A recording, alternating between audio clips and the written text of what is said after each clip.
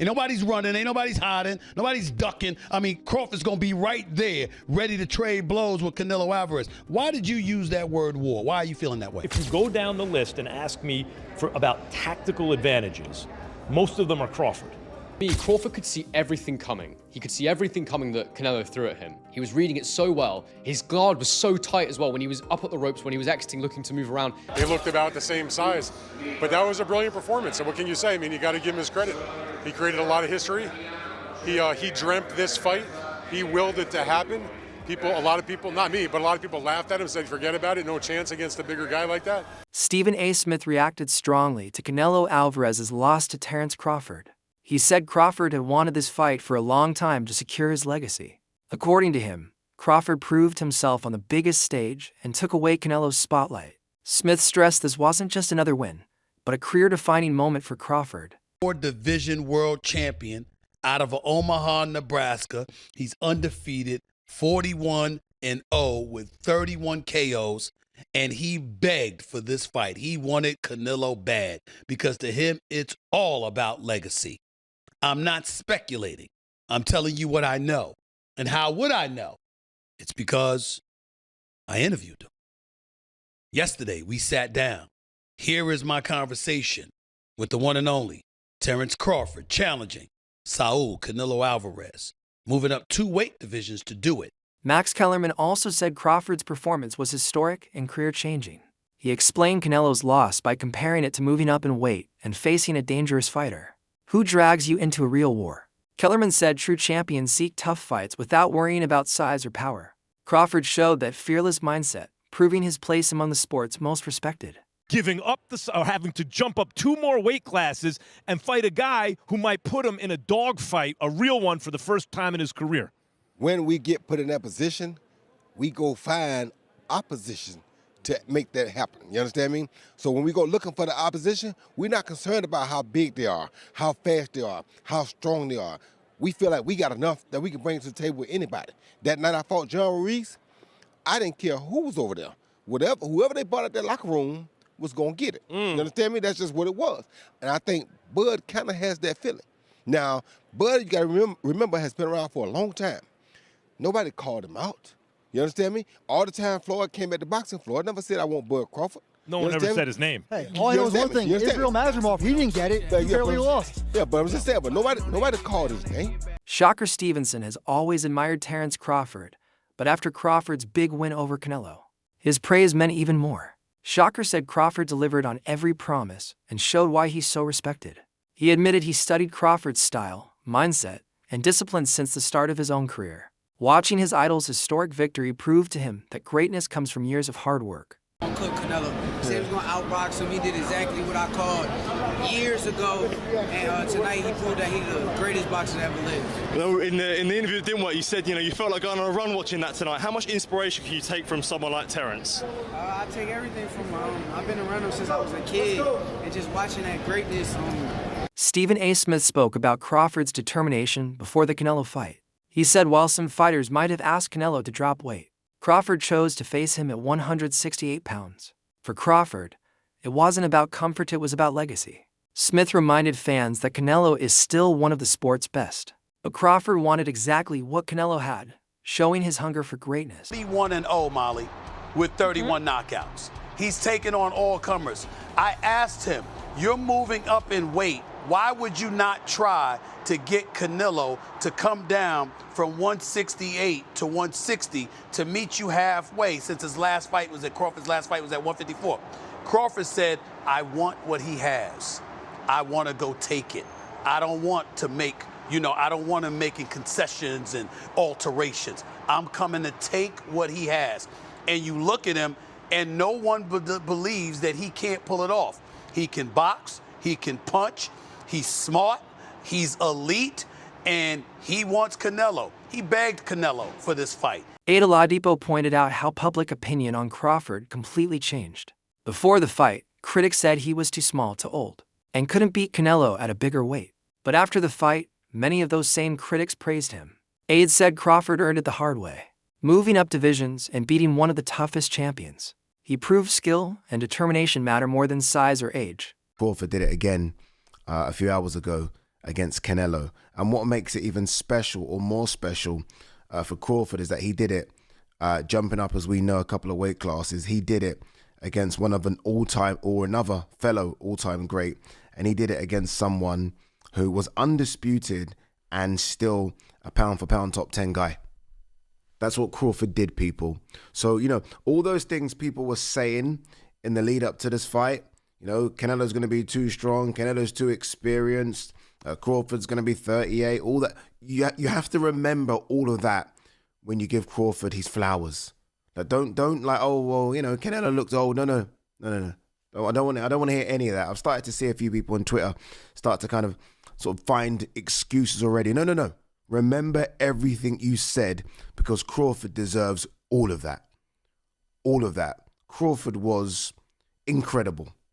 Honestly, in the pocket, he was at times showing Canelo, no, I'm stronger than you. I'm going to bully you.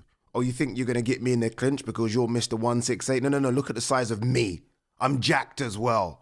I'm swole. And he was moving Canelo around. So by doing that, he got his respect. He didn't switch to orthodox once, stayed in the southpaw stance because he realized early, oh, Canelo don't like this. Canelo does not like this southpaw stance. Canelo's tripping over himself. I'm going to stay here. I'm not going to switch it. No, I like this work. I'm going to stay here. On the ropes, it's like, okay, come in. Because you know when you come in, you know I've got that as well. And I can hurt you as well. Spinning off the ropes. His jab was fantastic. They put up the jab numbers. He was out jabbing Canelo like, it was almost like 10-1. Maybe even 20-1. It was fantastic. And when he needed to land those power shots, he was landing those power shots. It was an incredible performance. The weight concept analyst dismissed the idea that Canelo lost because he's getting old. He explained Crawford is actually older than Canelo, so age can't be an excuse. Plus, Canelo had the weight, strength, and division experience. Yet Crawford still beat him. The analyst said this win wasn't about Canelo's decline, but about Crawford reaching another level and proving his victory was real and historic. More tight, more fundamentally sound. While Canelo, even when he was able to get to range, which wasn't a lot, it wasn't often, he was having a hard time landing clean because everything was super wide and out here and to the body out there. And Crawford would either circle out to that same side, to Canelo's lead hand side. He would circle away because Canelo would step straight to Crawford and chase him and not necessarily cut him off.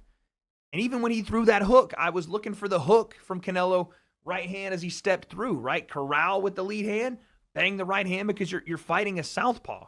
So yeah, your jab may not be as effective in landing and managing distance and all those things, even though for Terence it kind of was. For Canelo, I was expecting a lot more of that right hand down the middle and over the top, and him jabbing his way, feint jab right hand, and then that lead hook that I thought he would be able to corral Crawford, because Crawford did want to move away from Canelo. He did. He wanted to move away from that power hand. Smart to do. Canelo never took that extra step to step outside of Crawford's lead foot. Again, that orthodox southpaw matchup, it's always going to be a battle of that lead foot. He never took that next step to get outside of that lead foot and then step through Crawford, step to his left where Crawford was going and land his right hand. He just felt like he was falling off to his right with his right hand, and once he fell off to his right after he threw the right hand, there was no follow-ups because he was off balance, and Crawford was out the gate and circling back to reset the action. This was a masterful display from Terence Crawford. And again, I looked at this fight, and I don't want to do the thing where I said, oh, you know, Canelo's washed, he's over the top, he's old. Terence Crawford's older than Canelo. Is he as weathered as far as fights are concerned? No. But you can only do one thing when talking about this fight, and that is give credit to Terence Crawford. If you want to say Canelo looked old, that's fine. That's on you. I'm not going to say that. Carl Froch, the former champion, broke down Crawford's smart changes in the middle rounds. Froch said by the 6th and 7th rounds, Crawford pressed forward and took more control. His jab broke Canelo's rhythm and forced him back. Froch praised Crawford for knowing exactly when to adjust, showing intelligence by stepping up at the right time instead of letting the fight drift. Combination punches on the back foot, sort of dictating the pace. And then after about round 6 or 7, Canelo Alvarez knew, 1 second, I need a little freshener. Canelo knew he had to step on the gas. He knew he had to put the fight on its front foot and take it to Terence Crawford and start to try and catch him and bang him on. And when he headbutted Crawford, I thought that could be the start of it. A little bit of a nut, get that down. Yeah, I don't know if there was a cut, but The referee stopped and had a look, and I thought, now Canelo's going to step on the gas. And he did that. He stepped on the gas, he started getting in close, and he started landing a few more shots than he was in the previous rounds, but it wasn't enough. Terence Crawford was able to catch and counter. He was landing a sneaky uppercut from the southpaw stance. He was dominating behind his jab, and then when Canelo stuck it on him, he was dominating up close in the pocket. He was beating him at his own game. Canelo Alvarez must have been fuming in there. He must have thought to himself, what can I do? He couldn't do anything. He needed to pick up the pace, put the pressure on, and sustain the attacks. And I don't want to take anything away from Terence Crawford, but Canelo Alvarez couldn't do that. He couldn't do it for long enough. Crawford looked like he could have done 20 rounds in there tonight at that pace, the way he was dictating and controlling.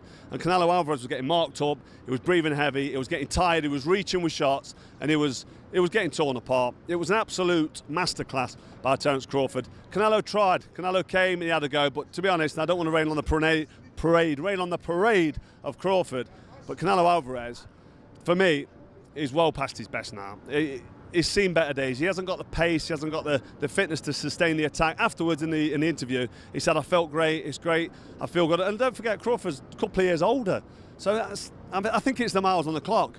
Canelo Alvarez had like 67 fights. I know Crawford's had a fair few fights, but he's about 20 fights behind him. So the miles on the clock have caught up with Canelo Alvarez. He's feeling the pace, he's feeling the age. Another analyst explained why Crawford's win over Canelo should be remembered as a masterclass in ring IQ. He said Crawford fought like a genius, reading Canelo's moves before they happened. Crawford stayed a step ahead, countering with ease and making Canelo look predictable. While many freeze under Canelo's power, Crawford stayed calm, using skill and strategy. This wasn't luck, it was years of preparation. That proved Crawford is one of boxing's smartest fighters. Constantly throwing the lead left hook to try and cut this off. And when he did get his foot to the outside, that was an option. But over time, Crawford, as he always does, as the genius boxer that he is and is able to do, starts to find those counter punches. And there was two counters in particular that I noted during the fight that I felt were absolutely key for Crawford. The first was the counter off that left hook to the body. Now, Canelo did land these sometimes. That left hook he throws, the lead left hook, is quite unpredictable. But he started to land it quite effectively to the body from time to time. But what Crawford was doing was he was catching it with his elbow, and then he'd throw the straight left hand back at Canelo as a counter shot. He'd throw multiple shots. And what I really loved about his counter work was he'd never throw more than singles or twos or threes. He never got carried away. He never did too much with Canelo. Don't get me wrong, though. Canelo was still defensively very astute in this fight, but he simply didn't have the foot speed to get to Crawford. He couldn't do it. And he didn't want to use his own jab because I believe Crawford's lead hand is so effective that southpaw stance really meant he could dominate the fight with his own lead hand. Canelo's not a massive jabber himself, but now that he was fighting someone closer to his size, I thought he might try and implement a jab, but he didn't because Crawford's counters were just too fast and too good. There was a couple of moments in this fight, and I said in my prediction, I thought that you'd see Crawford in moments looking absolutely electric and just outclassing Canelo, looking too fast and lighting him up. And we saw that. I'll never forget the beginning of round 9 where he actually stood in the pocket with Canelo and he just rolled with the shots and he was throwing counters. It was absolutely brilliant. But the second counter that he used that was really effective was he'd allow Canelo to throw that single right hand, that straight right hand, that backhand for Canelo, make him miss and come back with his own straight left hand over the top. I also thought that Crawford stabbing to the body was very good. He'd throw straight shots to the body, and that was something I predicted from the Lara fight that he would be able to do. That was also where I got the idea with the exits that I felt would be useful. And the reason we knew they'd be useful and important was because of Saunders just not really dealing with them too well. Dan Rafael shared how people saw the fight before it happened. He said many fans and experts laughed at the idea of Crawford beating Canelo. But Crawford never saw it as impossible. He believed they were equals, not different in size, and carried that confidence into the ring. Rafael said that belief in himself helped Crawford shock the world and change expectations of what was possible. Few rounds where he really started to back the supposed bigger guy up, although for me, they looked about the same size. But that was a brilliant performance, and what can you say? I mean, you got to give him his credit. He created a lot of history. He dreamt this fight. He willed it to happen. A lot of people, not me, but a lot of people laughed at him, said, forget about it, no chance against a bigger guy like that. But he showed his greatness. He spoke about looking to back up Canelo in the fight, as you mentioned there, before it took place. How much of a surprise was it, though, just to see how comfortable he felt doing so?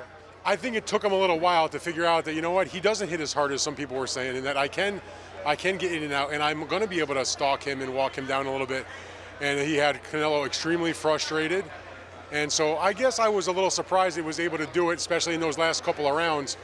But he definitely was the guy that was going forward and back in. I mean, I've been watching Canelo for his entire career as a known fighter. This is my 24th Canelo Alvarez fight in person. I can't say that against anybody, including big punchers like Triple G and Kovalev and people like that saw him get forced back. That's not normal for a fight with Canelo Alvarez. Dan, given your time covering Canelo Alvarez and those defeats that he's had in his career, but Bivol tonight, amongst other kind of contentious decisions, how much is this one going to hurt? Because there's always been those question marks for the last few years. Is he on the decline?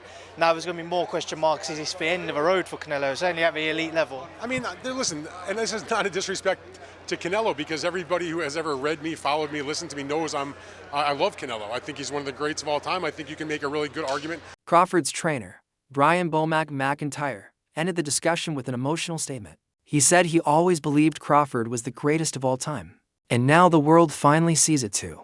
Bomac said Crawford deserves a rest after such a tough fight, but he isn't retiring yet. For him, the victory proves years of training and sacrifice were worth it, filling him with pride and vindication.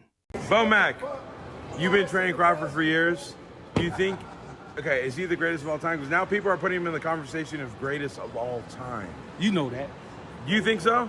You know I know. Okay, what's next for him? You've been training for years. What's next for him? The fans want to know. What's next for him? Break. Take a A break. break? Take Is he a break. retired or is he going to keep fighting? You just got to take a break. How are you celebrating? Listen, congratulations to you. Listen, congratulations to you. How are you celebrating? Just go have dinner with my wife, man. Okay, well, are you trainer of the year? I'll let the critics worry about that. Last question. Is Terence Crawford retired or is he going to keep fighting? Oh, he's going to keep fighting. He's going to keep fighting? Yeah. You're the man. Be man. Hey, congratulations. Enjoy the win. Thank you.